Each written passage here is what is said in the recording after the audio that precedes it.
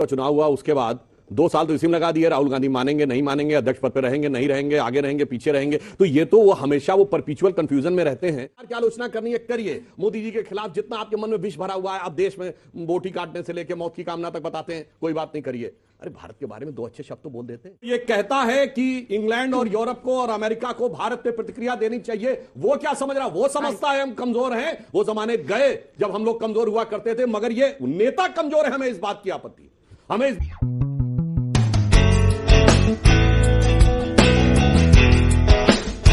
London में जाकर राहुल गांधी ने जो रायता फैलाया है उसे पूरी कांग्रेस पार्टी साम दाम दंड भेद लगाकर भी समेट नहीं पा रही है।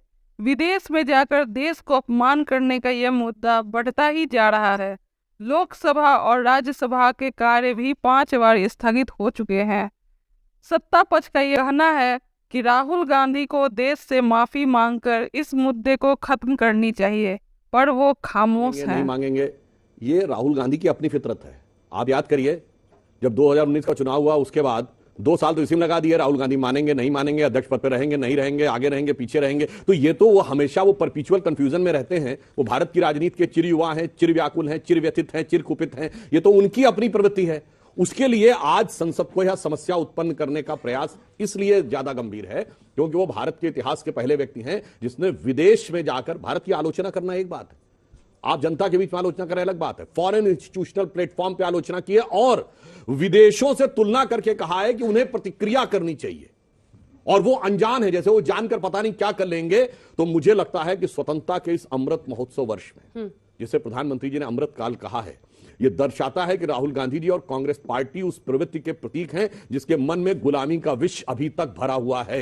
इसीलिए वो बीबीसी से लेके हिंडनबर्ग तक के सुर में ताल मिलाते हैं, मिले सुर मेरा तुम्हारा करते हैं। सुधांशु जी सज्जन व्यक्ति, उन्होंने वर्ड को चेंज किया, प्रतिक्रिया। अभी उनके अध्यक्ष जो बेचारे नड्डा जी अपने होम स्टेट में हार गए, उन्होंने क्या कहा, दखल अंदाजी। दोनों में फर्क होता है। मैं यही कहना चाहता हूं कि आप बताइए देश की जनता के सामने कि क्या फर्क है, और राहुल गांधी जी को मौका दीजिए। आप एक बाजू आप बोलते हैं कि हमारे राहुल गांधी जी इंपॉर्टेंट नहीं है। अगर इंपॉर्टेंट नहीं है तो इनके 4 बेरोजगार मंत्री। और अंगा जी, एक बात की मुझे खुशी है कि देश के 2 करोड़ हर साल 2 करोड़ नौकरी का वादा करने वाले रोजगार नहीं दे पाए, पर हमारे कारण इनके बेरोजगार मंत्रियों को रोजगार जरूर मिल जाए। किसी न किसी मुद्दे को उछालते रहो, फिर वो चाहे किसान आंदोलन का मुद्दा हो या पेगासिस का हो या अडानी का हो या आज के समय में इस चीज का हो।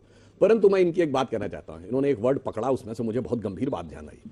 मैंने ये कहा गैरों की, तो उन्होंने कहा नहीं गोरों की। कारण गोरों तो प्यार है आपको? नहीं, गोरों से गोरों सा प्यार तो मालूम है। अरे बात 1942 का प्यार है। आप सिर्फ ये मानते हैं कि इस देश पर गोरों, आजादी का विरोध किया था। सर मैं अपने टर्न पे बोलिए। अच्छा बोलिए। गोरों को ही ये सिर्फ दुश्मन मानते हैं, बाकियों को नहीं। इसीलिए मैंने गैरों कहा। उस गैरों में गोरे भी शामिल हैं, मुगल भी हैं, मंगोल भी हैं, तुर्क भी हैं, ग्रीक भी हैं, पार्थियन भी हैं, मगर इतिहास में सिर्फ गोरे हैं। अब इतिहास में इनके में। अब दूसरी बात मैं कहता हूं, चलो आपको भारत की आलोचना करनी है करिए, आपको सरकार की आलोचना करनी है करिए, मोदी जी के खिलाफ जितना आपके मन में विष भरा हुआ है, अब देश में बोटी काटने से लेकर मौत की कामना तक बताते हैं, कोई बात नहीं करिए। अरे भारत के बारे में 2 अच्छे शब्द तो बोल देते हैं।